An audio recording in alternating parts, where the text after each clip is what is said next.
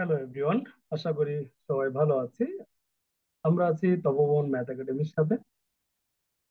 HSC উচ্চতর গণিত practical বিষয়ে আজকে আমরা আলোচনা করব এই ভিডিওতে। আহ, আমরা বিশ্বাস করছি যে এইভাবে কেউ কোনোদিন প্র্যাকটিক্যাল বিষয়ে উচ্চতর গণিত শেখায়নি, এটা আমরা বিশ্বাস করছি। এবং কিভাবে 25-এ প্র্যাকটিক্যালে 25 পাওয়া যায় সে বিষয়ে এখানে আমরা আলোচনা করব। এবং এটা নিশ্চিত যে 100% শিক্ষার্থীদের এই ক্লাসটা কাজে লাগবে।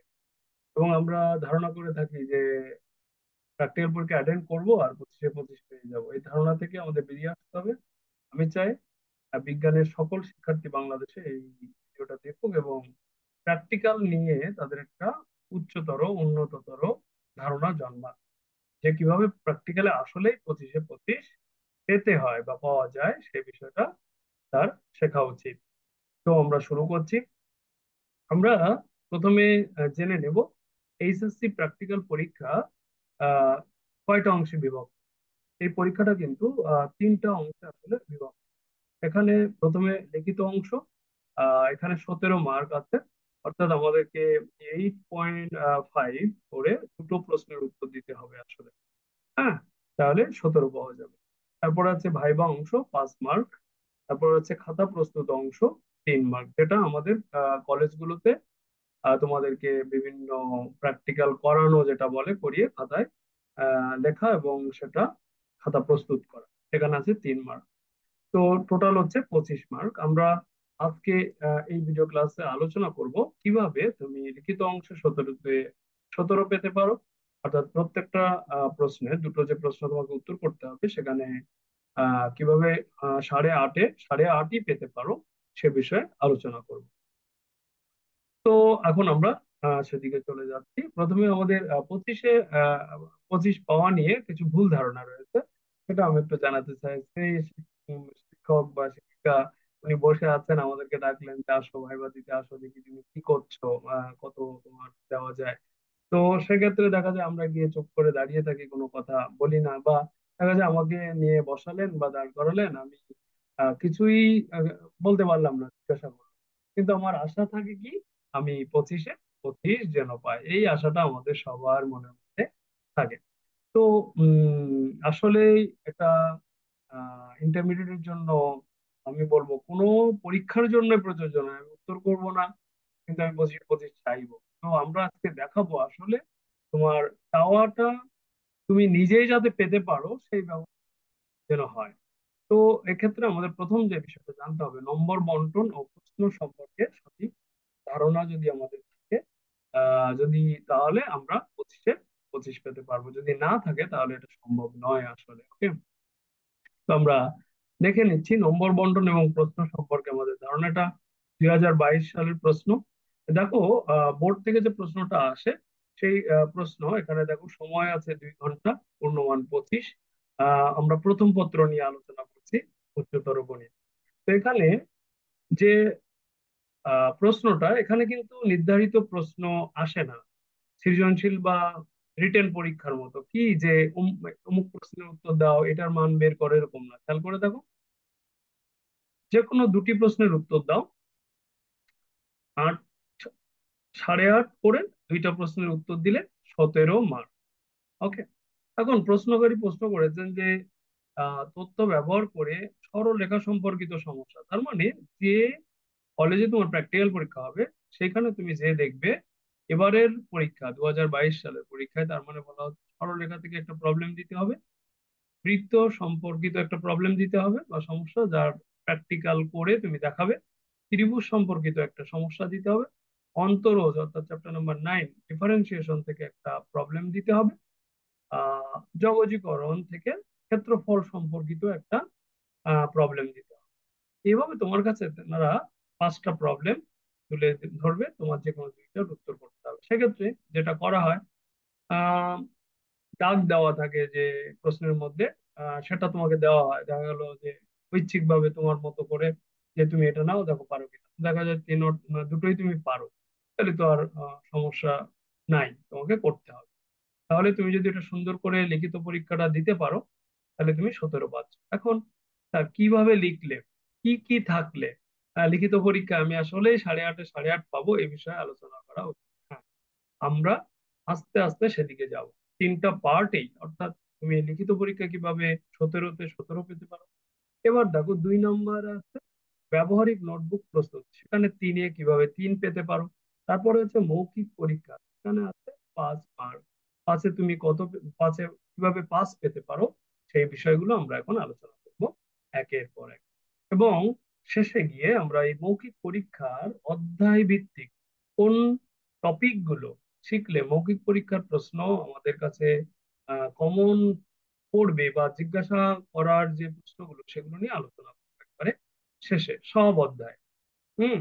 তো আমরা আশা করছি আমরা একটা ভালো মাস্টার ক্লাস পেতে যাচ্ছি আজকে প্র্যাকটিক্যাল বিষয়ে। এই বিষয়ে আমি দেখেছি কেউ কোনো ভালো ধারণা দেয় না, শেখায় না। তো আমরা আশা করছি আজকে একটা ভালো ধারণা আমাদের হয়ে যাবে। তো আমাদের এখানে প্রথমে আসে লিখিত পরীক্ষা। লিখিত পরীক্ষায় 17-তে 17 কিভাবে পাওয়া যাবে, এটা আমাদের একটা কোশ্চেন। সেটা আমরা এখন দেখবো। আমি দিয়েছি যে 8:30 করে 2টা প্রশ্নের উত্তর করতে হবে, 17 আগে একটু আগেও দেখালাম। এবং 2টা প্রশ্নের উত্তর কিভাবে নির্দিষ্ট ধাপ, হ্যাঁ কোন ধাপগুলো লিখতেই হবে মেনটেন করলে, বা লিখতে হবে মেনটেন করে, সেই বিষয়টা এখন আমি তোমাদেরকে জানাবো। তো আমরা ধাপ সমূহ দেখতে পাচ্ছি। অ্যাকচুয়ালি পরীক্ষণের যে নামটা আমরা দেখতে পাচ্ছি ধাপ 1।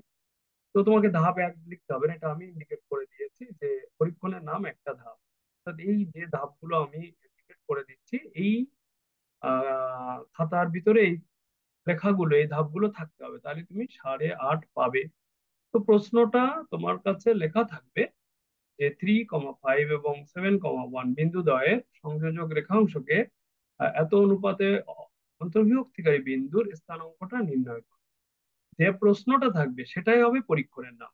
অর্থাৎ তুমি যে খাতা তোমার বোর্ড থেকে দেওয়া হবে, যে খাতা, সেই খাতায় তুমি ফিল আপ করবে, যা যা ফিল আপ করা আছে, নাম, নাম্বার, নাম্বার, দেন ভিতরে গিয়ে তুমি পরীক্ষণের নাম শুরু করবে। এটা পরীক্ষণের নাম। হুম। আমি খাতা দেখাবো কিভাবে বোর্ড খাতা অ্যান্সার করতে হয়, কিভাবে নিজের খাতা প্রস্তুত করতে হয়, ওটাই যাব। আমি একটা প্রশ্ন দেখালাম, দেন মূল তত্ত্ব লিখ। হ্যাঁ, খাতায় 8:30 পেতে গেলে কি কি থাকতে হবে সেটা একটু প্রথমে দেখিয়ে নিচ্ছি কোন কোন তথ্যগুলো। মূল তথ্যে কি লিখতে হয়, কিভাবে তুমি এই বিভক্তিকারী বিন্দুর স্থানাঙ্ক পেতে পারো, সেই বিষয়গুলো এখানে তুলে ধরতে হবে এবং সূত্রটা তুলে ধরতে হবে। তারপরে আমরা কি করবো, তারপরে আমাদের যেটা করতে হবে, নির্দিষ্ট ধাপ সময় আমাদের চলছে, 3 নম্বর ধাপে প্রয়োজনীয় উপকরণ আমাদের লিখতে হবে। পেন্সিল লাগবে, স্কেল লাগবে। অনেক সময় আমরা দেখা যায় কি আমি একটা জিনিস ভুলে গেছি লিখতে, এরেজারটা তো লিখি না, এরকম প্রয়োজনীয় উপকরণের ক্ষেত্রে এটা খুব বেশি নাম্বার ডিফার করে না। যে তুমি একটা জিনিস লিখতে ভুল করেছো, মোটামুটি চেষ্টা করবে সব লেখার, তারপরও কোনো অসুবিধা নেই। এরপর আসে কার্য পদ্ধতি, এটা খুব গুরুত্বপূর্ণ। হ্যাঁ, এটা লিখতেই হবে এবং এটা একটা ভাইটাল ফ্যাক্ট প্র্যাকটিক্যালে 8:30। ওকে।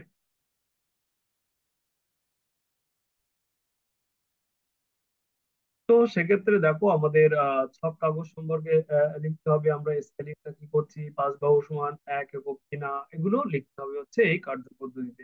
কি কি উপায়ে তুমি আহ, এই কাজগুলো করলা বা করতেছো, সেই বিষয়গুলো এখানে লিখতে হবে আমাদেরকে। ওকে। তো গেল 4। এরপরে আসবে 5 নম্বর। এটা যে ধরনের প্র্যাকটিক্যাল, সেখানে ফল সংকলনের ব্যাপার আছে। আমাদের ফল সংকলন করতে হবে এবং গ্রাফ হতে প্রাপ্ত মান এবং সূত্র হতে প্রাপ্ত মান দুটোই একই হয়েছে, তো আমরা এখানে 6 নম্বর ধাপে বলছি ফলাফল। তো মোটামুটি কমপক্ষে 5টা ধাপ অবশ্যই থাকতে হবে। আমরা ফলাফল মানে সংকলন আর ফলাফল আলাদা করে লেখা, এটাকে একটা ধাপও মনে করতে পারি, আবার দুটো আলাদাও মনে করতে পারি, তাতে কোনো অসুবিধা নেই। তবে ফলাফল সংকলন পর্যন্ত আমাদের অবশ্যই থাকতে হবে, 5টা ধাপ থাকতেই হবে। তাহলে তুমি মোটামুটি আমি বলবো 8/5 পেয়ে যাবে। ওকে। এবার আমি আরেকটা প্র্যাকটিক্যাল দেখাবো যেখানে গ্রাফের ব্যাপার থাকবে, গ্রাফ থাকলে কিভাবে কাজ করতে হয়। এখানে প্রথম 4টা ধাপ সব একই থাকবে, পরীক্ষণের নাম লিখতে হবে, আমি বৃত্তের একটা লেখচিত্র, তো প্রথম পত্র প্রথম কাজ দিচ্ছি।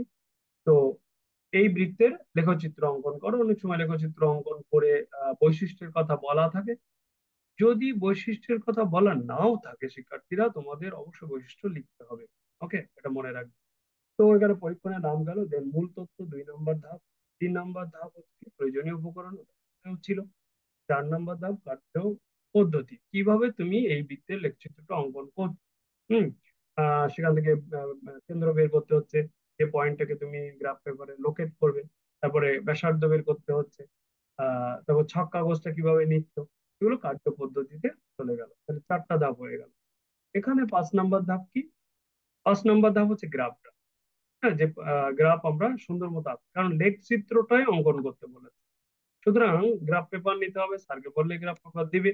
হ্যাঁ, তো গ্রাফ পেপারে সুন্দর করে উপস্থাপন করতে হবে। এখানে গ্রাফে কিন্তু একটা যেটা লেখচিত্র অঙ্কন এবং বৈশিষ্ট্য, এটা নির্ণয় করতে বলবে। সেখানে লেখচিত্রে কিন্তু বেশিরভাগ মার্কটা যাবে, লেখচিত্রটা সুন্দর হতে হবে। ওকে, দেন বৈশিষ্ট্য, এখানে 4টা বৈশিষ্ট্য লেখা হয়েছে। বৈশিষ্ট্য কিন্তু চাইনি, কিন্তু লিখতে হবে।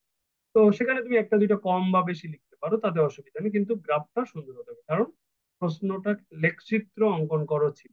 আর যদি লেখচিত্র অঙ্কন করে তার বৈশিষ্ট্যগুলো লিখো এই ধরনের থাকে, তাহলে বৈশিষ্ট্য সবগুলো লিখতে পারলেই ভালো। তাহলে এইটার ক্ষেত্রেও আমরা দেখলাম 6টা ধাপ আমাদের অনুসরণ করতে হলো। মোটামুটি এই 6টার বাইরে আমাদের খুব বেশি ধাপ আমরা দেখি না প্র্যাকটিক্যালের ক্ষেত্রে।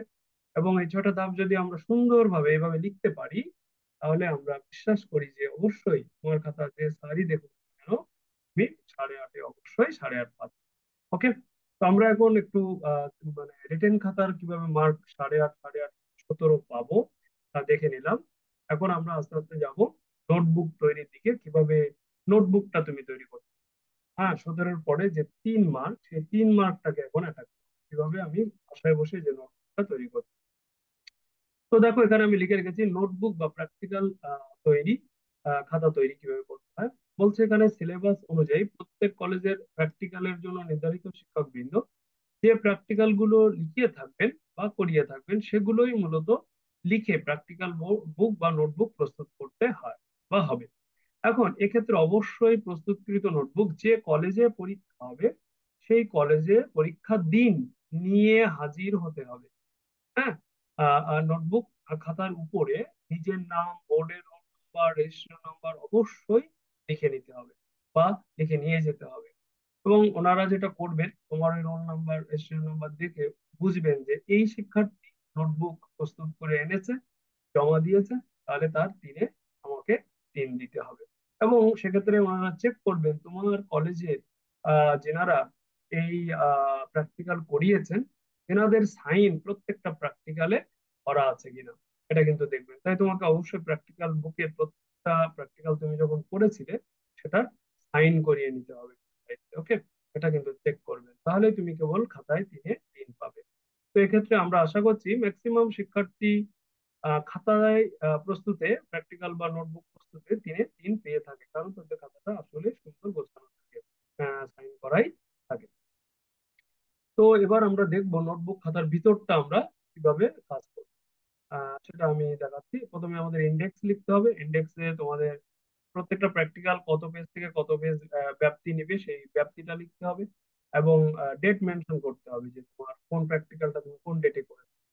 এটা হলো সব থেকে সুন্দর, যে এগুলো যদি সব ঠিক থাকে তাহলে তুমি 3 পাচ্ছ। এরপরে দেখো কিভাবে প্র্যাকটিক্যাল লিখতে হবে, সেটা আমি দেখিয়ে দিচ্ছি একজনের খাতা কিভাবে সে লিখেছে। প্রথমে এখানে দেখো সমস্যার নাম দেওয়া আছে, যে সমস্যার নাম।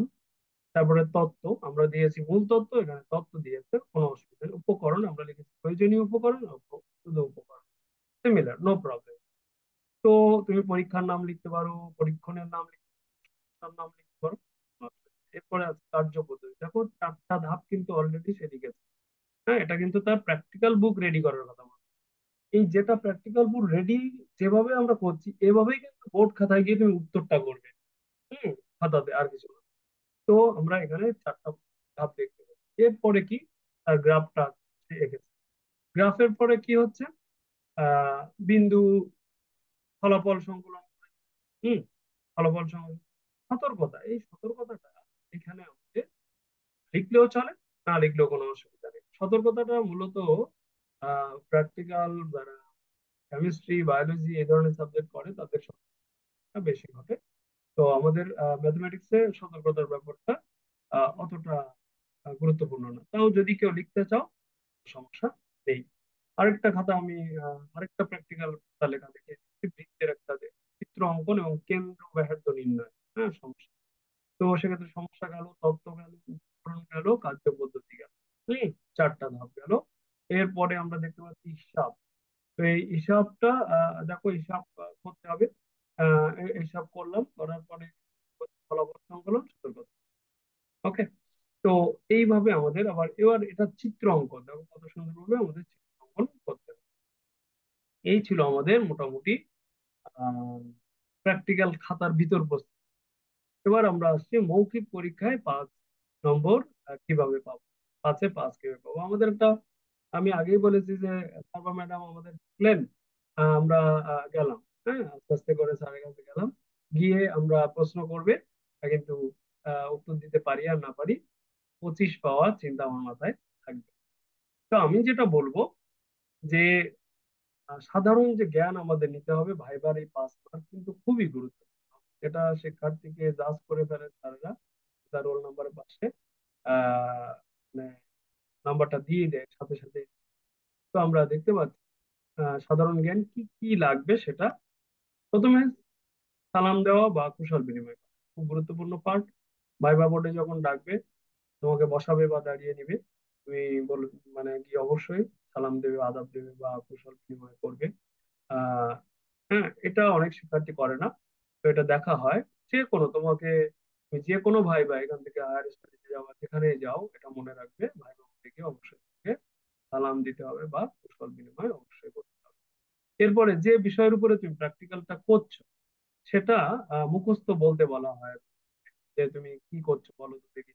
তখন তোমাকে ওটাই বলতে হবে যে দুটো বিন্দু দেওয়া আছে, মানে বিন্দু দুইটাকেই আন্দাজে বলতে হবে এমন না, মানে সামারাইজ করে বলতে হবে। দুটো বিন্দু দেওয়া আছে, সেই দুটো বিন্দুকে আহ একটা বিন্দু এত অনুপাতে বা একটা অনুপাতে বিভক্ত করেছে, তাহলে সেই বিন্দুর স্থানাঙ্কটা আমাকে বের করতে হবে। এটাই হচ্ছে আমার প্র্যাকটিক্যালের বিষয়।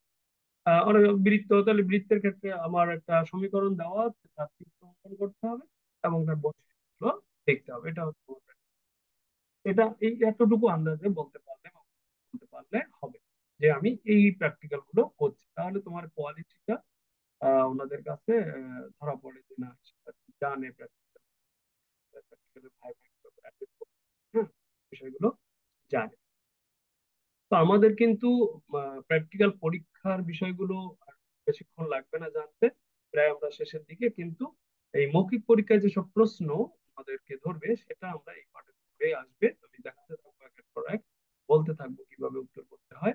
তো সেটা আমরা দেখব। এরপরে দেখো, সাধারণত যে এক্সপেরিমেন্ট বা প্র্যাকটিক্যাল করা হয় বা তোমার তুমি নিজে করো, বৃত্ত হোক, সরলরেখা হোক বা জগজীকরণ থেকে ক্ষেত্রফল বের করা হোক, সেইটার থেকেই স্যারেরা প্রশ্ন করার চেষ্টা করেন। আর যদি তাও না হয়, পুরো বই থেকেই কিন্তু প্রশ্ন করতে পারেন। এতে কোনো, অনেক শিক্ষার্থী মনে করে হ্যাঁ আমার প্র্যাকটিক্যাল পড়েছে এটা, আমাকে কেন বাইরে থেকে প্রশ্ন করা হবে, না, পুরো বই থেকে প্রশ্ন করার ব্যাপার থাকে। এই জন্য আমাদের প্রত্যেক চ্যাপ্টারের যে আহ সূত্রগুলো আছে, মেইন ছোট ছোট অঙ্কগুলো আছে, সেগুলো অবশ্যই জেনে যেতে হবে প্র্যাকটিক্যাল ভালো করার জন্য, 5-এ 5 মার্ক পাওয়ার জন্য। ওকে। তো এটা কিন্তু কম গুরুত্বপূর্ণ নয়। হুম। আর স্মরণ করিয়ে দিচ্ছি, ভাইবা দিতে যাওয়ার সময় সাথে অবশ্যই কলম নিয়ে যাবে, অবশ্যই কলম নিয়ে যাবে। কারণ আমি যে প্রশ্নগুলো পরে তোমাদের ভাইবার জন্য আহ এইভাবে প্রশ্ন করবে, এই উত্তর করতে হবে এরকম, তো এই প্রশ্নগুলো তোমাকে লিখে উত্তর করা লাগতে পারে। তো অনেক সময় আমরা দেখেছি যখনই প্রশ্ন লিখতে বলে তখন তোমার হাতে কলম নেই। তো এটা খুবই এম্বারাসিং একটা ব্যাপার। হ্যাঁ, শিক্ষার্থীকে অবশ্যই কলম নিয়ে যেতে হবে। আর একটা বিষয় আমি মৌখিকভাবে বলে দিচ্ছি, এখানে লিখে দিচ্ছি না, সেটা হলো যে নাম জিজ্ঞাসা করে যে তোমার নাম কি, তখন শিক্ষার্থীরা তার একটা নিক নেম বলে দেয় বা তার তিনটা দিয়ে ফুল নেম একটা নাম বলে। এটা ভাইবা বোর্ডে তুমি দেশের যেখানেই দাও না কেন, তিনটা সম্পূর্ণ যদি নাম তোমার তিনটা ভাগে বিভক্ত থাকে, তিনটা সম্পূর্ণটা নামটা তোমাকে বলতে হবে। তো আশা করি তোমরা ভাইবা কিভাবে দেবে, কিভাবে যাবে, সেটাও তোমরা বুঝতে পারলে। এখন আসবো ভাই ভাই আমাদের বিষয়ভিত্তিক যে প্রশ্নগুলো করবে, অর্থাৎ উচ্চতর প্রথম পত্রের সেই প্রশ্নগুলো আমরা দেখে নেব। যে অধ্যায় 1 ম্যাট্রিক্স নির্ণয়, 3 সরলরেখা, 4 বৃত্ত, হ্যাঁ, 7 ত্রিকোণমিতি, তারপরে 9 অন্তরীকরণ, 10 জগজীকরণ, এই অধ্যায়গুলো থেকে কিভাবে আমাদের কাছে প্রশ্ন করবে, কোন প্রশ্নগুলো করবে, সেগুলো কোন সূত্রগুলো ধরতে পারে, সেগুলো আমরা এখন একের পর এক জানতে থাকবো। তো আমরা আহ সেই মৌখিক পরীক্ষায় জিজ্ঞাসা করা হয় এমন বিভিন্ন অধ্যায় থেকে গুরুত্বপূর্ণ প্রশ্ন সমূহ এখন জানবো।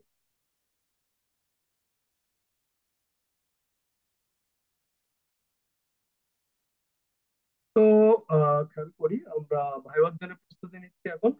খুব দ্রুত যাওয়ার চেষ্টা করবো আমরা, জেনে যাব। এই জিনিসগুলো তোমরা তোমাদের বই থেকে জানবে, অলরেডি জানা আছে। হ্যাঁ, তো যেগুলো তোমরা আনকমন মনে করবে নিজেরা পজ করে ভিডিও, সেটা সেখানে তারপরে তোমরা সেটা রাইট ডাউন করে নিতে পারো, নোট করে নিতে পারো তোমাদের ইচ্ছা। তো প্রথমে ম্যাট্রিক্স ও নির্ণায়ক অধ্যায় থেকে আমাদের যে যে ধরনের প্রশ্ন ভাইবা যে প্র্যাকটিক্যালে জিজ্ঞাসা করা হয়, সাথে সাথে তোমাদের যেটা হবে এমসিকিউর জন্য একটা বৃহত্তর বা প্রস্তুতি হয়ে যাবে। এবং ছোট ছোট কোশ্চেন কোন গুলো আসলে সেগুলো জানা হবে। ম্যাট্রিক্সের ক্রম বা মাত্রা এটা আমাদের করে যে ক্রম, একটা ম্যাট্রিক্স তোমাকেই লিখতে বলবে, বলে বলবে যে মাত্রা কত, কত বাই কত। এবং এই চিহ্নটাকে আমরা কিন্তু অনেক সময় এম বাই এন এটা না বলে এম গুণন এন বলে থাকি, এম গুণ এন বলি, ইনটু বলি। এগুলো বলা যাবে না, বাই বলতে হবে ম্যাট্রিক্স। ওকে, তো এটা খেয়াল করে দেখবে। কি বলছো? ম্যাট্রিক্সের বৈশিষ্ট্যগুলো জানতে হবে। সারি কলাম থাকবে, হ্যাঁ, কি কি বৈশিষ্ট্য জানতে হবে। ম্যাট্রিক্সের প্রকারভেদ থেকে 100% প্রশ্ন হবে আমাদের আহ এমসিকিউ, এবং আমাদের ভাইবা বোর্ডে মাস্ট।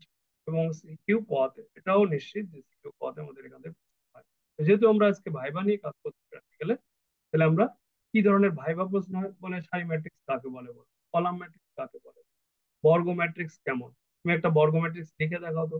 এবার হচ্ছে কর্ণ ম্যাট্রিক্স কাকে বলে, মুখ্য কর্ণ বলতে ম্যাট্রিক্স কি বোঝায়, হ্যাঁ, এই যে কর্ণ ম্যাট্রিক্স, স্কেলার ম্যাট্রিক্স, হুম, তারপরে একক ম্যাট্রিক্স কোনটা, বা অভেদক ম্যাট্রিক্স। অভেদক ম্যাট্রিক্স লিখতে বলবেই, আই টু লিখতে বলে, I3 লিখতে বলে, এই যে I, I, হ্যাঁ, 1001 কে I2 বা থ্রি বলা হয়। ওকে, তো তোমার শূন্য ম্যাট্রিক্স কাকে বলে, একটা শূন্য ম্যাট্রিক্স লিখে দেখাও, লিখতে পারো। এটা যদিও এই চ্যাপ্টার প্র্যাকটিক্যাল নেই, কিন্তু এই চ্যাপ্টার থেকে অনেক প্র্যাকটিক্যালে প্রশ্ন করা হয়, কারণ ছোট ছোট সুন্দর প্রশ্ন করার মতো জায়গা আছে। হ্যাঁ, না লিখেও উত্তর করা যায় এমন প্রশ্ন এখান থেকে করা যায়। ম্যাট্রিক্সের ট্রান্সপোজ বা রূপান্তরিত ম্যাট্রিক্স কি জিনিস, হ্যাঁ, সারি কলাম পরিবর্তন করা জানো কিনা। একটা ম্যাট্রিক্স লিখে বলে এটা রূপান্তর বা ট্রান্সপোজ করে দেখাও তো পারো কিনা। ট্রান্সপোজ করলে মাত্রা পরিবর্তন হয়ে যায় সেটা, যেমন এখানে ছিল 2/3, এখানে হয়ে গেছে 3/, সেটা তুমি জানো কিনা, ওটা প্রশ্ন করতে পারে।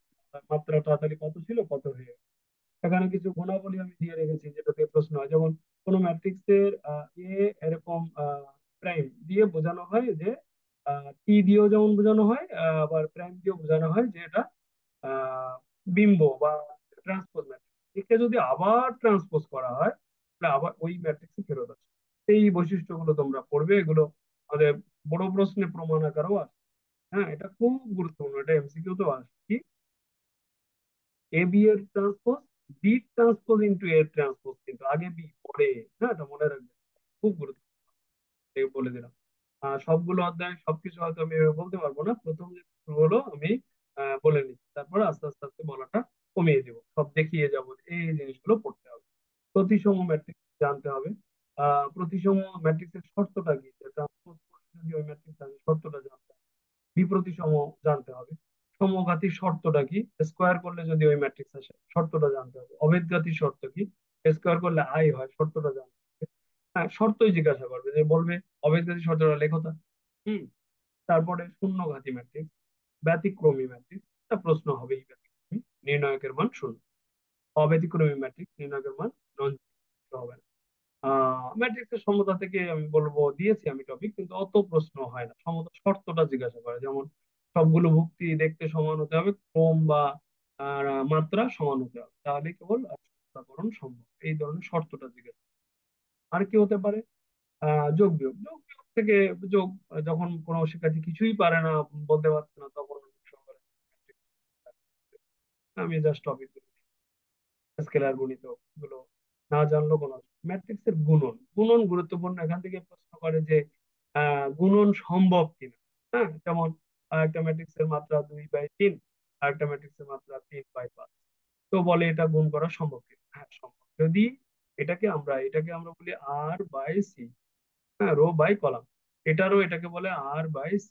তো এই সি আর এই আর, এরা দুইজন যদি, অর্থাৎ ভিতরের এই দুইটা যদি সমান হয়, তাহলে আমরা গুণ করা সম্ভব।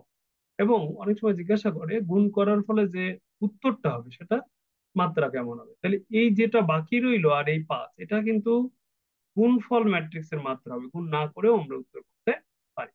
এটা অনেক সময় জিজ্ঞাসা করে, এটা বলে নির্ণায়ক। নির্ণায়কের মান বের করতে বলবে, সে 2/2 হতে পারে, 3/3, নিশ্চিত নির্ণায়কের মান বের করতে।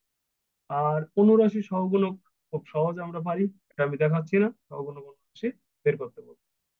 আচ্ছা, আর গেল কি, এখানে বর্গ ম্যাট্রিক্স। হ্যাঁ, এর যে ইনভার্স ম্যাট্রিক্স হয় বর্গ ম্যাট্রিক্সের, ইনভার্স ম্যাট্রিক্স করতে পারি। 2/2 এর ক্ষেত্রে শর্টকাটটা আছে, আমি এই যে শর্টকাটটা মুখস্থ রাখবে, এটা এমসিকিউ তে প্রচুর আসে। আবার একটা ম্যাট্রিক্স দিয়ে বলে যে, এমসিকিউ তে আসে, প্লাস একটা ম্যাট্রিক্স দিয়ে ভাইবা বলে যে তার ইনভার্স বের করতে পারবে, এর ইনভার্স হবে কিনা। অর্থাৎ নির্ণায়কের মান যদি শূন্য না হয়, তাহলে ইনভার্স হবে, আর যদি শূন্য হয় তাহলে ইনভার্স হবে না। এবার ইনভার্স ম্যাট্রিক্স এর কিছু বৈশিষ্ট্য আছে। হ্যাঁ, পজ করে লিখে নেবে বৈশিষ্ট্যগুলো, এগুলো এমসিকিউ তেও আসে।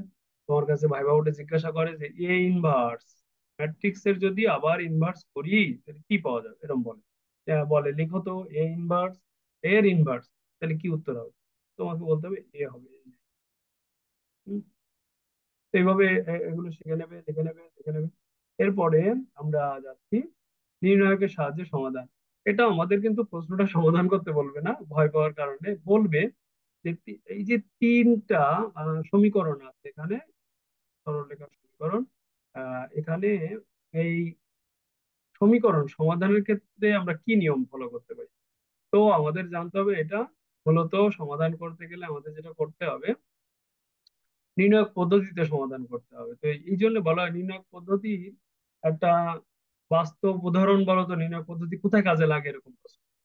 সেক্ষেত্রে বলতে হবে নির্ণায়ক পদ্ধতি কাজে লাগে, বা ক্রেমারের পদ্ধতি কাজে লাগে তিন চলকের সমীকরণ সমাধান অবস্থা। তিন চলকের সমীকরণ সমাধান। নির্ণায়কের ধর্ম রয়েছে, সারি কলম যদি একই হয়, হ্যাঁ, স্থান বিনিময় করলে আহ কোনো মানের পরিবর্তন হয় না, বা পাশাপাশি সারি বা কলাম যদি আমরা স্থান বিনিময় চিহ্নের পরিবর্তন হয়, এই জিনিসগুলো জানতে হবে, ছোট ছোট করে এই জিনিসগুলো। তো এখানে আমি দিয়ে রেখেছি, এক এক করে সামনে আছে, আর তোমাদের বইতেও আছে, সেগুলো তোমরা দেখে রেখে চলে আসলে সরলরেখা। আমি বলেছি আগে, এই পার্টটাতে আমি খুব বেশি টাইম দিতে চাচ্ছি না, মূল যে বিষয় দেখিয়ে ফেলেছি। এবং এখন ভাইভাতে কোন জায়গা থেকে প্রশ্ন আছে, পাঁচে পাস পেতে পারো, সেই প্রশ্নগুলো জাস্ট দেখে যাবে, তবে এটাও কম গুরুত্বপূর্ণ নয়। X equal to r cos theta, y equal to r sin।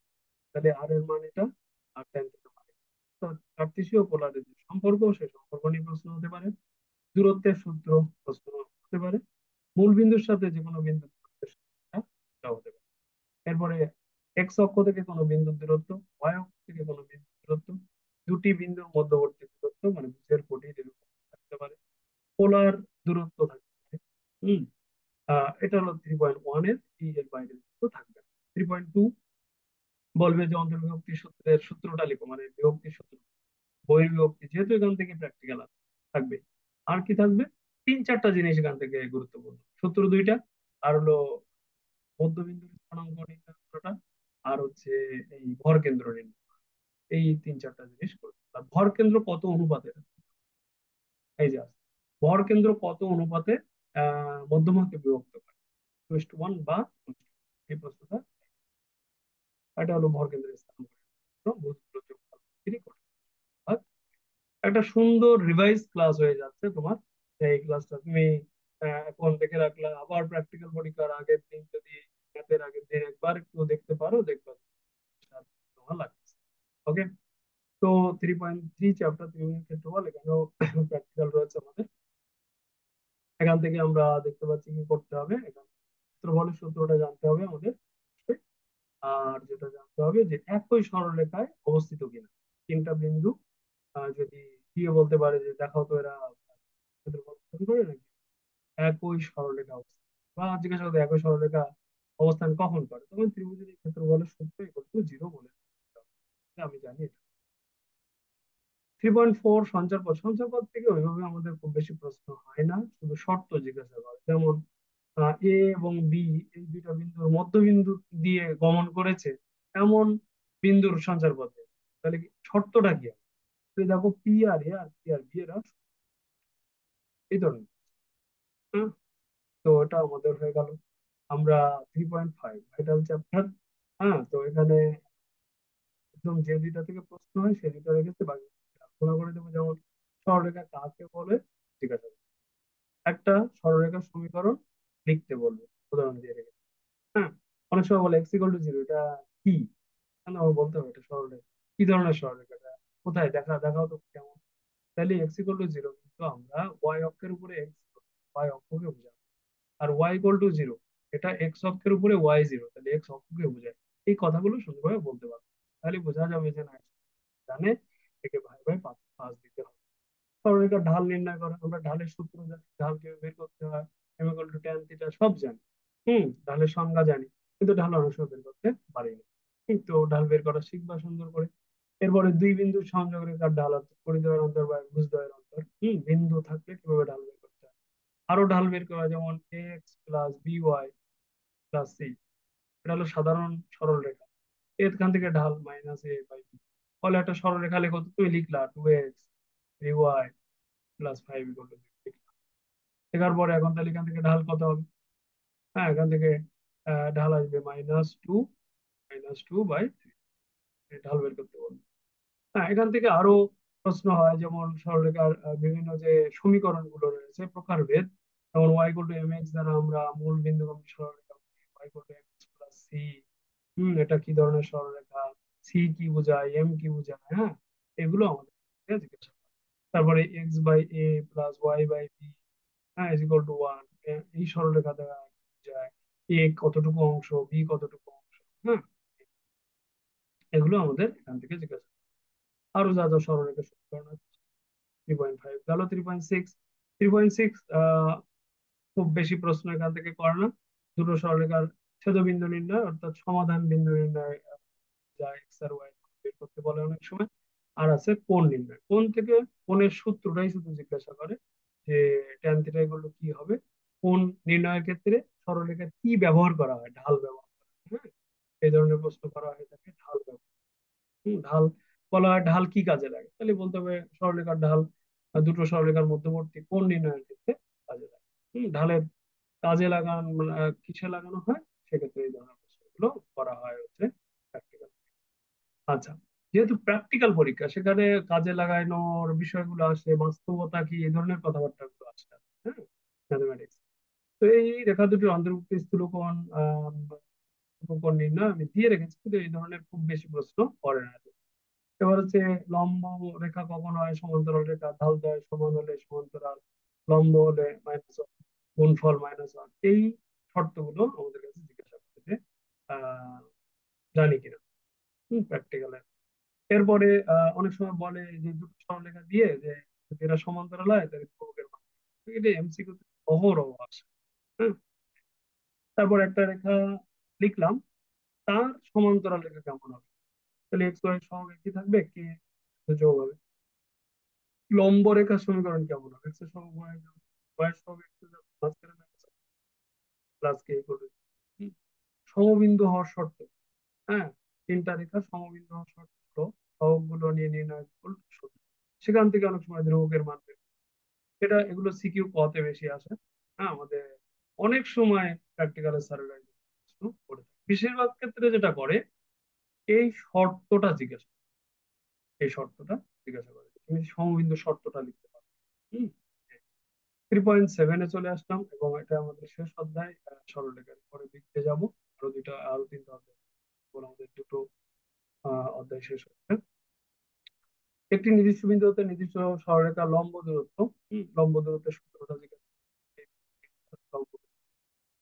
স্যারেরা অনেক সময় কি করে, একটা বিন্দু দেয়, আরেকটা রেখা নিজেই দেয়, দিয়ে বলে পরবর্তী দূরত্বটা বের করো। বললো এখানে 3, আর এখানে বললো যে এক্স প্লাস ওয়াই এই বিকল্প। তো বললো যে এটা তো একটা বিন্দু আর এটা একটা রেখা, এই মধ্যবর্তী এই দূরত্বটা বের করো, এই সূত্র দিয়ে বের করো। আবার অনেক সময় দুটো সমান্তরাল রেখা দেয়, যে সমান্তরাল রেখা, তোমাকেই বলবে বলবে এদের মধ্যবর্তী দূরত্ব নেই। তো এই হচ্ছে সে। ওকে। তো আর আমি আমার ডিসক্রিপশন থাকবে এই ভিডিওর নিচে, সেখানে এই পিডিএফটা দিয়ে রাখবো। হ্যাঁ, যে তোমরা যাতে এই সমস্ত ক্লাস পেয়ে যাও, নোট করে রাখা সব থেকে ভালো। অনেক সময় ভিডিও ডাউনলোড হয় না, সেদিন হয় না। এরপরে হলো দুটি অসমান সরলরেখার মধ্যবর্তী কোণের সমদ্বিখণ্ডকের সমদ্বিখণ্ডকের সমীকরণ, তাই না, সূত্রটাই সমীকরণের সূত্র। চলে আসলাম বৃত্তে। বৃত্তে প্র্যাকটিক্যাল রয়েছে, প্র্যাকটিক্যাল অধ্যায়। তো এখান থেকে তার মানে মারাত্মক মারাত্মক প্রশ্ন হয় এবং ছোট ছোট প্রশ্ন করার জায়গা আছে। প্রথমত প্রশ্ন করে কেন্দ্র মূল বিন্দু হলে বৃত্তের সমীকরণ কেমন হবে। এটা কেন্দ্র মূল বিন্দুতে না, অন্য কোনো জায়গায়, মনে করো এটা মূল বিন্দু এখানে এইখানে এইখানে এরকম জায়গা হলে হ্যাঁ, যেখানে এইচ কে হলো কেন্দ্র আর E হলো ব্যাসার্ধ। এবার হলো সাধারণ সমীকরণ। এই দুটো কিন্তু সাধারণ সমীকরণ না, সাধারণ সমীকরণ হবে এইটা, x square y square 2x। এখানে তিনটা ধ্রুব, এই তিনটা ধ্রুব সবকিছু নির্ভর করে। যেমন ব্যাসার্ধ মাইনাস জি মাইনাস এর কেন্দ্র, মাইনাস জি মাইনাস এর ব্যাসার্ধ বরাবর জি স্কয়ার মাইনাস। তো আমাদের কেন্দ্র এবং ব্যাসার্ধ সম্পর্কে জানি। বৃত্তের সাধারণ সমীকরণের বৈশিষ্ট্য, এটা খুব গুরুত্ব। এক্স ওয়াই যুক্ত দ্বিঘাত সহগ সমান হতে হবে, আর এক্স ওয়াই পথ থাকা যাবে। এখান থেকে একটা এমসিকিউ টাইপ প্রশ্ন তারা করে, মৌখিক প্রশ্ন, যে এক্স স্কোয়ার ওয়াই স্কোয়ার কে মাইনাস টু, এরকম কে minus two x y plus six a equal to zero. বললো এটা বৃত্ত হতে গেলে, এটা তো বৃত্ত না, কারণ এক্স ওয়াই আছে, কে এর মান কত হবে। তাহলে দেখি এক্স ওয়াই এই পার্টটা যদি জিরো বানাতে পারি, তাহলে আমার কে এর মান বের হতে কে মাইনাস টু। কারণ এটা যদি জিরো না হয় তাহলে তো বৃত্ত হচ্ছে না। তাহলে কে মাইনাস টু জিরো ধরলে এর মান বসালে দেখো এটা এটা, তাহলে এর মানটা শিখতে শিখতে হবে আলটিমেটলি। বৃত্তের ব্যাসার্ধের উপরে কিছু ব্যাপার রয়েছে। ব্যাসার্ধ যেহেতু রুট ওভারের মধ্যে থাকে, নির্ণয় সূত্রে যেহেতু রুট ওভার আছে, তাই ওর ভিতরে যে g square f square minus c, এই সংখ্যা এই ক্যালকুলেশনটা যদি জিরো থেকে বড় হয় তাহলে বাস্তব বৃত্ত, যদি এটা জিরো থেকে ছোট হয় তাহলে অবাস্তব বৃত্ত পাওয়া যায়। আর যদি জিরোর সমান হয় তাহলে সেই কন্ডিশন গুলো এখানে লেখা। এরপরে আসবে যে আমাদের যে এই যে সাধারণ সমীকরণ, এর যে তিনটা ধ্রুবক আছে, ধ্রুবক গুলো শূন্য হলে কি বোঝায়। যেমন আমরা জিজ্ঞাসা করি সি শূন্য হলে কি বোঝায়, সি শূন্য হলে বৃত্তটি মূল বিন্দুগামী।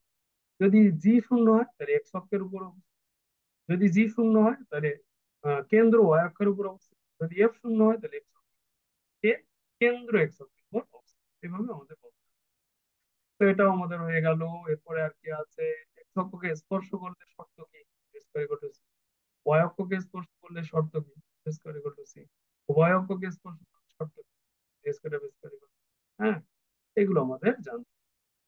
সব দাগ দিয়ে দিচ্ছি, পজ করে বা স্ক্রিনশট নিয়ে লিখে ফেলবো। এরপরে ব্যাসের প্রান্ত বিন্দু থাকলে বৃত্তের সমীকরণ, ভালো কথা। এই জিনিসগুলো আমি দিয়েছি কিন্তু অতটা কাজে না, এটা লাগবে না। এটা এটা কাজে লাগবে কোনো বিন্দু, হ্যাঁ, বৃত্তের বাহিরে না ভিতরে না বৃত্তের পরিধির উপর কিভাবে বুঝবে। ওই বিন্দু দিয়ে বৃত্তের সমীকরণকে সিদ্ধ করা হবে। সিদ্ধ করলে যদি জিরো থেকে বড় সংখ্যা হয় তাহলে বাহিরে, যদি জিরো সমান হয় উপরে, যদি জিরো থেকে ছোট হয় তাহলে কোথায়, ভিতরে। ওকে। যদি বৃত্তটা এরকম সমীকরণ হয় তাও দেওয়া। আমরা অন্তঃস্পর্শ আর বহিঃস্পর্শ শর্তও জানি, তাও শিখে ফেলবে বৃত্তের ক্ষেত্রে। এবার আসছি আমরা বৃত্তের দ্বিতীয় যে অধ্যায়, স্পর্শ বিলম্বের সমীকরণ। এই অধ্যায়ে খুব বেশি প্রশ্ন আমাদের হয় না, শুধু এরকম এরকম যে স্পর্শকের শর্তটা দেখো, c equal to plus minus a পুরো করে এম স্কয়ার প্লাস ওয়ান এরকম। তারপর স্পর্শকের সমীকরণ বের করতে বলে, এই যে সূত্র দেওয়া আছে, সমীকরণ। হুম, দৈর্ঘ্য বের করতে বলে, স্পর্শকের দৈর্ঘ্য সূত্র দেওয়া আছে। সূত্রটা বের মানে লিখতে বলে আর কি, সহজ কথা। অনেক সময় একটা বিন্দু থেকে আহ স্পর্শকের দৈর্ঘ্য বের করতে পারে, ওই বিন্দু দ্বারা সিদ্ধ করে ফুটো বার করতে জানি।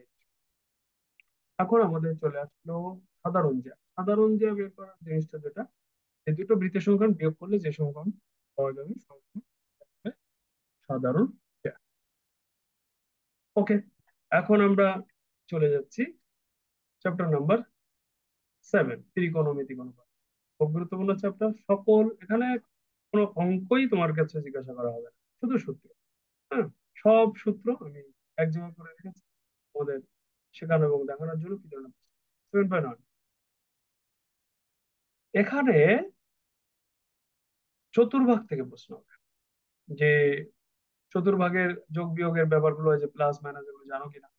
তারপরে একটা বড় দিল সাইন এত ডিগ্রি, মানে 850 এরকম দিল, কোন চতুর্ভাগে পড়ে এবং মান কেমন হবে, এগুলো বের করে কথা বলতে হবে। 7.2, আচ্ছা 7.1 সাইন কজে পরিণত হবে, কজ সাইনে পরিণত 90 ডিগ্রির সাথে যে পরিবর্তনের ব্যাপারটা, এগুলো খেয়াল করে। 7.2, 7.2 তে শুধু সূত্র দিবে, sine a plus b, cos a plus b, হ্যাঁ এগুলো প্লাস বি। আর একটু জিনিস জিজ্ঞাসা করতে পারে, যেমন বলবে যে সাইন এ প্লাস বি সূত্র কি কাজে লাগে, এর প্রয়োগ কি?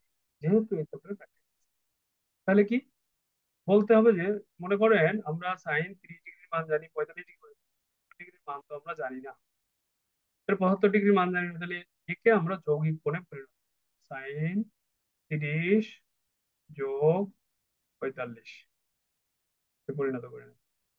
হ্যাঁ, এটা যোগ চিহ্ন, হ্যাঁ। তাহলে এটা এ কোণ আর এটা বি কোণ, সাইন এ প্লাস বি সূত্র দিয়ে আমরা এটা উত্তর বের করতে পারবো। তাই এটাকে বলে যৌগিক। যৌগিক কোণের কাজই হচ্ছে যে আমরা বড় একটা কোণকে দুটো কোণে ভাগ করে তারপরে করে উত্তর বের করা। এটাকে বলা হয় sin এর প্রয়োগ। একইভাবে এখানে আরো 7.3 আগাচ্ছি,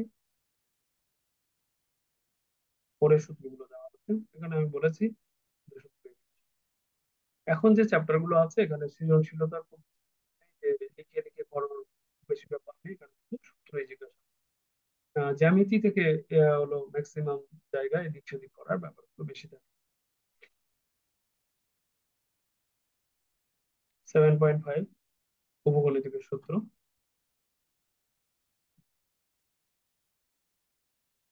ত্রিকোণমিতিক অভেদ, এখানে কোনো সূত্র নেই, কিন্তু এরকম বলবে যে প্লাস প্লাস সি যদি 0 হয়, তাহলে সাইন এ প্লাস বি মান কেমন হয়, সাইন এ প্লাস।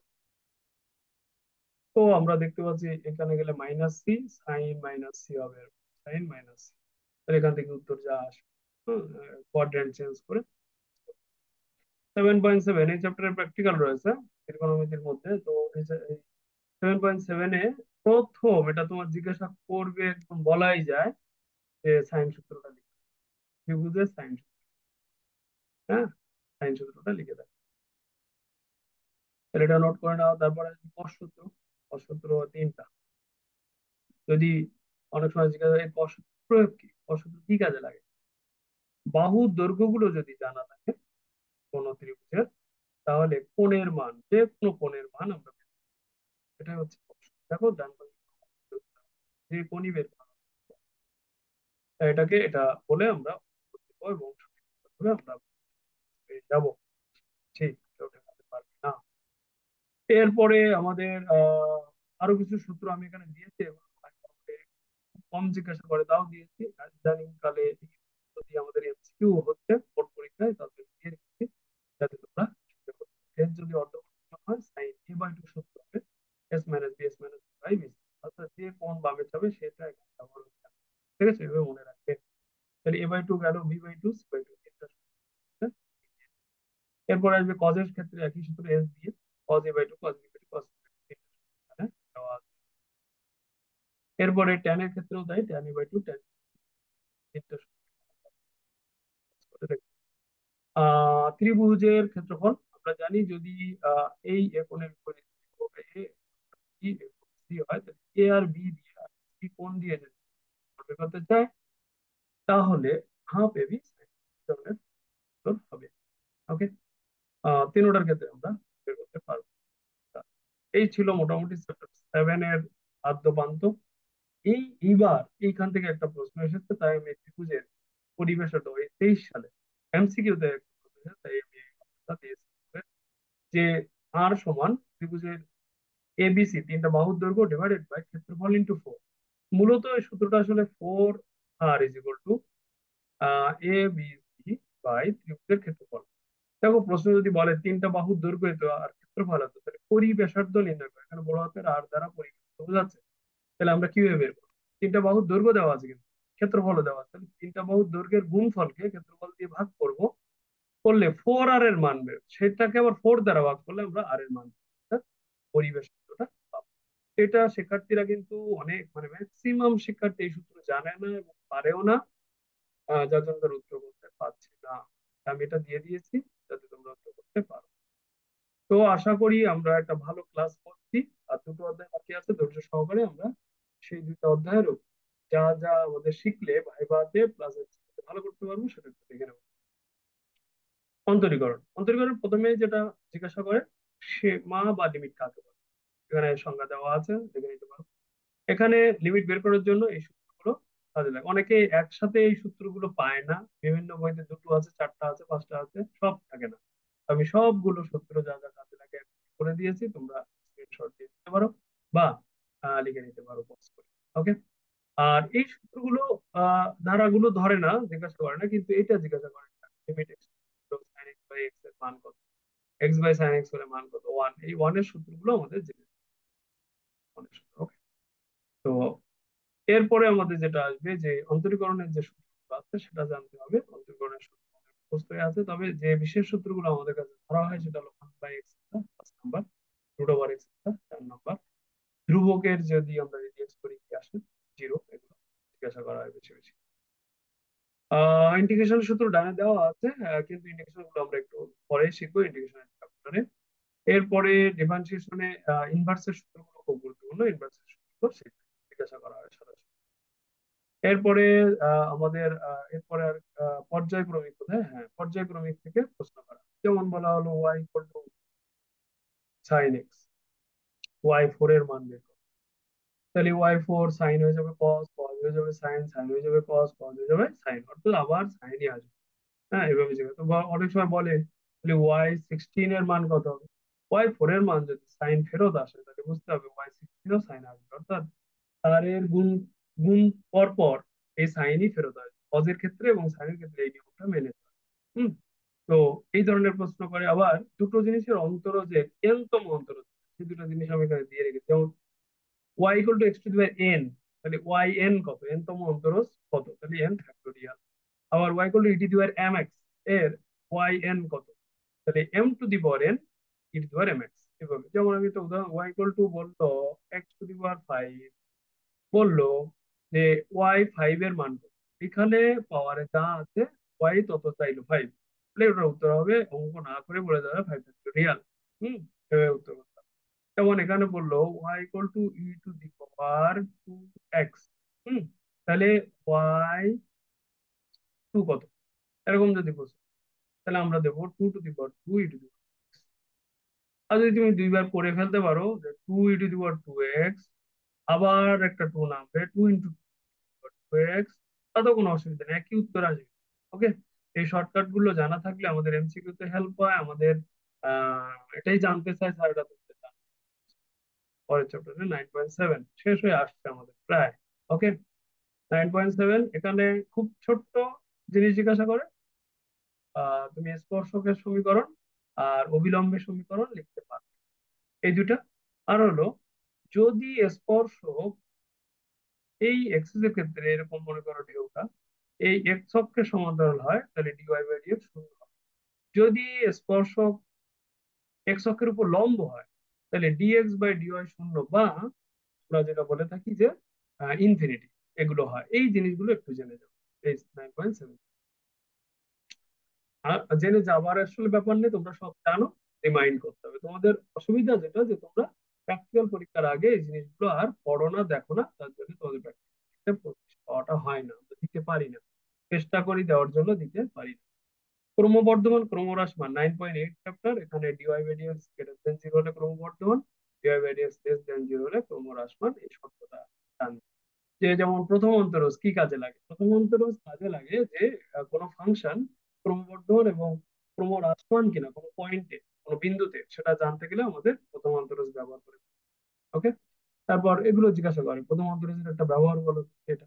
এবার চরম বিন্দু, প্রথম অন্তরজ কিন্তু চরম বিন্দু এক্স এর যে মানের জন্য চরম বিন্দু পাওয়া যায় সেই মানটা বের করার জন্য প্রথম অন্তরজ শূন্য দিতে হয়। ওকে, তো এটাও একটা ব্যবহার প্রথম অন্তরজ, হ্যাঁ। আর তৃতীয় অন্তরজ কি কাজে লাগে, দ্বিতীয় অন্তরজ, এই যে দেখো ডাবল, দ্বিতীয় অন্তরজ কাজে লাগে। তৃতীয় অন্তরজ যদি জিরো থেকে বড় হয় তাহলে আমরা ক্ষুদ্রতম মান পাই, আর দ্বিতীয় অন্তরজ যদি জিরো থেকে ছোট হয় তাহলে আমরা বৃহত্তম মান পাই। এই যে লেখা আছে, এটা যদি বড় সর্বনিম্ন বা লঘু মান পাওয়া যায়, আর যদি এটা জিরো থেকে ছোট তাহলে সর্বোচ্চ। এই জিনিসগুলো জিজ্ঞাসা করে, মান বের করতে ওইভাবে বলবে না, হ্যাঁ, যে কি কি কাজে লাগে, কারণ যেহেতু এটা একটা প্র্যাকটিক্যাল ব্যাপার, প্র্যাকটিক্যাল পরীক্ষা দিচ্ছ, সব অধ্যায়ের সব ছোট ছোট জিনিসগুলোর প্র্যাকটিক্যালি কি কাজে লাগে সেই জিনিসগুলো তোমাদের কাছে আসলে বেশি বেশি জিজ্ঞাসা করার চেষ্টা করা হয়। এরপরে আমরা চলে আসছি যোগজীকরণে। যোগজীকরণ একবারে সূত্র বেস, এখানে কোনো ওইরকম কিচ্ছু নাই, তবে ছোট ছোট প্রশ্নগুলো দেয়। যেমন এটা 100 ভাগ শিক্ষার্থীর মধ্যে 90 ভাগ শিক্ষার্থী ভুল উত্তর দেয় যে জিরোর ইন্টিগ্রেশন কি হবে। জিরোর ইন্টিগ্রেশন হবে শুধু ধ্রুবক, কারণ হলো ডিডিএক্স কনস্ট্যান্টের উত্তর হলো জিরো। দেখো আমরা জগজীকরণকে প্রতি অন্তরজ বলে বা বিপরীত প্রক্রিয়া বলে থাকি অন্তরীকরণের। তাই যদি হয় তাহলে দেখো তুমি জিরো পাচ্ছ সি এর অন্তরীকরণ করলে, তাহলে জিরোর যদি আমরা কি করি, যোগজীকরণ করি, তাহলে সি পাওয়া যায়। এটার জন্য মাথায় রাখতে হবে। এটা লিখতে পারি না আমরা, স্যাররা বললে লিখতে পারি না। অনেক সময় ইন্টিগ্রেশন জিরো ডিএক্স দিতে পারে, ডিপি দিতে পারে, ডিটি দিতে, যে যার সাপেক্ষেই দিতে, সাপেক্ষ চলক যেই হোক, উত্তর সি। আবার আরেকটা আছে আমি দিয়ে রেখেছি এখানে, ওয়ানের ইন্টিগ্রেশন পারে, ওয়ানের ইন্টিগ্রেশন হবে যে চলক দিয়ে প্রশ্ন করবে। ওয়ান যদি ডিপি দেয়, ইন্টিগ্রেশন ওয়ান ডিপি, উত্তর হবে পি প্লাস। যে চলক দেবে সেই চলক দেবে, যদি এক্স দেয় এক্স। আশা করি বুঝতে পেরেছো। আমি চাই যে সকল বিজ্ঞানের শিক্ষার্থী হুম এটা দেখুক এবং প্র্যাকটিক্যাল সম্পর্কে এবং ভাইভা সম্পর্কে তাদের ধারণা হোক, এবং সে আরো আরো জেনে এবং ভালো ভাইভা দিয়ে সে আসলেই তার মার্কটা নিজে অর্জন করুক, সেটা আমি চাই। তো যদি তোমাদের এই ক্লাস ভালো লেগে থাকে এবং কাজ তোমাদের মনে হয়, তাহলে তোমরা তোমাদের বন্ধু বান্ধব সবাইকে দেখার এবং 25-এ 25 পাওয়ার সুযোগ করে দিও। সবাই পেলে কোনো অসুবিধা নেই, সবাই তো আমরা ভালো করতেছি, সবাই ভালো নাম্বার পেতে। অনির্দিষ্ট যোগজীকরণের ফলাফলের সাথে ধ্রুবকের সম্পর্ক এটা জিজ্ঞাসা করে, যে আমরা প্রত্যেকবার একটা করে সি কেন যোগ করছি, আমি ব্যাখ্যাটা এখানে দিয়ে রেখেছি, এখান থেকে দেখে নেবে। তারপরে এবার আসলো সূত্রাবলী, সরাসরি সূত্র জিজ্ঞাসা, যে x to the power N এর সূত্র কি, এ টু দি পাওয়ার এক্স এর সূত্র কি, 1/x এর এই 5 নম্বর সূত্র খুব দ্বিধা, এটা আমি একটু বলবো। ইন্টিগ্রেশন 1/x লন এক্স, কারণ লন এক্স এর ডেরিভেটিভ 1/x। কিন্তু শিক্ষার্থীদের কাছে জিজ্ঞাসা করা হয় ইন্টিগ্রেশন লন এক্স ডিএক্স, এর উত্তর কি হবে, ওরা সরাসরি 1/x উত্তর বলে দেয়। আরে আমি তো ডেরিভেটিভ চাইনি, আমি চেয়েছি ইন্টিগ্রেশনের রেজাল্ট। ইন্টিগ্রেশন লন এক্স এর তো সরাসরি সূত্র নেই, এটা করতে হবে, ইউ ডট ভি রুল দিয়ে করতে হবে, করে উত্তর দেয়। এটা করবে ছোট্ট একটা, এর উত্তরটা আমি সাধারণত শিক্ষার্থীদের মুখস্থ রাখতে পারি, আমারও মুখস্থ রয়েছে, হ্যাঁ, x ln x minus x, হ্যাঁ, প্লাস বি, আমি সবসময় এটা মুখস্থ রাখি বা মুখস্থ ছাত্রদের করতে বলি, কারণ সরাসরি এমসিকিউতে আসে। তো এখান থেকে সূত্রগুলো সব দেখে নেবে, লিখে নেবে, কারো কাজ না থাকলে। আর আসবে আমাদের এই 15 থেকে শুরু 18 পর্যন্ত, এটা এমসিকিউ তো আসবে 100%, মৌখিক পরীক্ষায় জিজ্ঞাসা করা হয়। কারণ এই দুটো করে উত্তর, এটা একটা উত্তর, এটা একটা উত্তর, এটা একটা উত্তর, এটা একটা, এটা একটা, এটা একটা, সেকের ক্ষেত্রে কোসেকেরও দুইটা একটা। তো এই দুটো করে উত্তর তোমরা অবশ্যই জানো। ওকে, আমি সময় বেশি নিচ্ছি না, ভিডিও বড় হয়ে যাচ্ছে। আর তোমরা যেটা করবে পজ করে করে লিখে নেবে, হুম, ভিডিও স্থির করে লিখে নেবে। এখানে আরো ইন্টিগ্রেশন সূত্র আছে, ইনভার্সের ইন্টিগ্রেশন সূত্রগুলো রয়েছে, হ্যাঁ, তারপরে এ স্কোয়ার এক্স স্কোয়ারের সূত্রগুলো রয়েছে, সবগুলো তোমার বইতেও রয়েছে, তুমি দেখে নিতে পারো। আমি শুধু ধারণা দিয়ে যাচ্ছি, এখানে ছোট ছোট করে কয়েকটা দিয়ে দিয়েছি আমি, হ্যাঁ, ইনভার্সের গুলো এখানে আবার দিয়ে দিয়েছি আমি আলাদা করে। হুম, এবার দেখো যদি ওয়ান থাকে তাহলে ট্যান ইনভার্স এক্স, এগুলো একটু শিখতে হবে। লাস্টের দিকে কয়েকটা আমাদের এই উপরে নেই, সেটা যেমন এই একটা উপরে নাই, এটা আমাদের এখানে শিখতে হবে। এইটা উপরে নাই, এটা এখানে শিখতে হবে। এটা উপরে নাই। ওকে, করে রাখলাম। আমাদের ক্লাস সর্বোচ্চ 5 মিনিট লাগবে। শেষ। অংশায়ন সূত্র, অংশায়ন সূত্র যোগজীকরণের একদম শেষের দিকের, এবং অংশায়ন সূত্র সূত্রটা শুধু লিখতে বলে, আর বলে যে কখন অংশায়ন সূত্র প্রয়োগ করে আমরা যোগজীকরণ করি। তো বলতে হবে দুটো এক্স এর ফাংশন যখন গুণ আকারে গুণ করা সম্ভব নয়, তখন আমরা অংশায়ন সূত্র প্রয়োগ করি। ঠিক আছে? তো এখানে আমি যে একটা দেখিয়ে দিয়েছি, তোমরা দেখে নিতে পারো। আর যে তো মানে পদ্ধতি অবলম্বন করে আমরা অংশায়ন সূত্রে ইউভি নির্ধারণ করে থাকি, এই এদিক থেকে আস্তে আস্তে করে ইউভি যাবে এদিক, ইউ থেকে এদিকে এটা এল হবে। যদি লন অংশগ্রহণ করে সবার আগে লন কে ইউ ধরতে হবে, অন্যটাকে ভি। ইনভার্স অংশগ্রহণ করে, ইনভার্সের সাথে যদি অ্যালজেব্রিক অর্থাৎ integration x sign inverse x এরকম বললো, হ্যাঁ, বললো ডিএক্স ইন্টিগ্রেশন করো, তাহলে ইনভার্স কে ইউ ধরতে হবে, এক্স কে ভি ধরতে হবে, যেভাবে তাহলে অঙ্ক মিলবে, নাহলে মিলবে। আশা করি। আর কি বাকি থাকলো? আর নির্দিষ্ট জগৎ আসলো। নির্দিষ্ট জগৎ আমাদের তেমন কিছু শেখার নেই। ছোট ছোট জগৎ দেবে, এটা থেকে ভাবে ভাবে প্রশ্ন করে যে 2 থেকে 3 এক্স স্কোয়ার এর ডিএক্স করো তো, পারো নাকি? হ্যাঁ, বিশেষ করে যাদের সহজীকরণ থেকে ক্ষেত্রফল নির্ণয়ের প্রশ্ন থাকবে, তাদের ক্ষেত্রে এটা আসবে। হ্যাঁ, তাদের এটা জিজ্ঞাসা করা। তো আমরা পারবো, x³/3 দেবো, দিয়ে মানগুলো প্রথমে 3 বসাবো, তারপর 2 বসাবো, মাঝখানে বিয়োগ চিহ্ন দেবো। এরপর আসে আর ক্ষেত্রফলের চ্যাপ্টার। ক্ষেত্রফল এর চ্যাপ্টার থেকে আমরা সূত্রগুলো জানবো। এইভাবে আমরা জানি কিভাবে কাজ করতে হয়, যে যেহেতু প্র্যাকটিক্যাল আছে, যে একটা বক্ররেখার সাথে যদি দুটো সরলরেখা এরকম থাকে, তাহলে ইন্টিগ্রেশন এ এ থেকে বি, অর্থাৎ এই সরলরেখা থেকে সরলরেখা, আর বক্ররেখা থেকে এফ অফ এক্স আমরা ইন্টিগ্রেশন করব ডিএক্স। তাহলে যা উত্তর আসবে। সূত্রগুলো আমি এখানে দিয়ে রেখেছি। হ্যাঁ, ওকে, দিয়ে রেখেছি। তো যদি দুটো রেখা হয়, সেক্ষেত্রে সূত্র হবে এটা ডাবল রেখা। প্রথমে উপরের ফাংশন মাইনাস নিচের ফাংশন, এই এ থেকে বি। আমাদের ক্লাস এখানে শেষ হয়ে গেল। তোমরা ভালো থাকবে সবাই, আশা করি উপকৃত হয়েছো। আমার মনে হয় না কেউ এভাবে কোনো প্র্যাকটিক্যাল জ্ঞান দিয়েছে। তো যদি তোমাদের ন্যূনতম ভালো করতে পারি, তাহলে আমার এই ক্লাসের সার্থকতা। সবাই ভালো থাকবে, সুন্দর থাকবে, সবাই ভালো সাহিত্যের জ্ঞান অর্জন করো, সেই আশাবাদ ব্যক্ত করছি। আর সবাই টিএম এর সাথে থাকবে। আমরা চেষ্টা করছি ইন্টারমিডিয়েট পর্যায়ে গণিতে যা যা করলে তারা ভালো কিছু পেতে পারে, ভালো ক্লাস, সেগুলো আস্তে আস্তে করে দেওয়ার জন্য। ওকে, তো ম্যাথ একাডেমি বিষয়টা তোমরা তোমাদের বন্ধু বান্ধব সবার সাথে শেয়ার করতে পারো, এবং সবসময় এটা সাথে। আশা করি তোমাদের ভালো হবে।